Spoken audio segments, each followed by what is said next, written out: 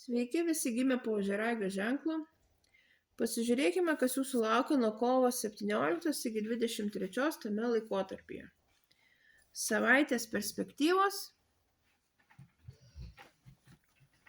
ko vengti ir patarimas jums.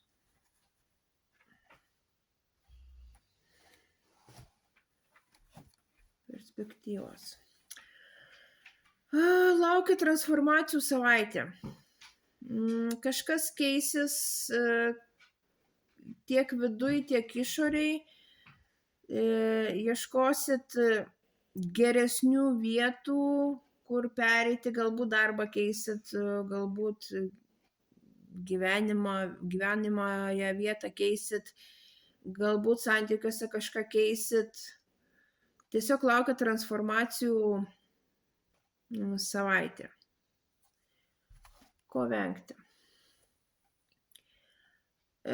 Venkite tokio sustingimo, nenorėjimo judėti, prisirišimo prie dabartinės situacijos, pokyčių nenorėjimo. Ir perspektyvos jums ši savaitė labai gera bendradarbiavimui su užsieniečiais,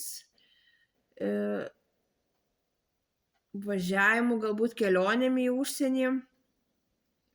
Taip pat šią savaitę panašu, kad užbaigsit kažkokius tai reikalus. Tai yra jūsų darbo rezultatų įvertinimo laikas, jūsų pasiekimų įvertinimo laikas.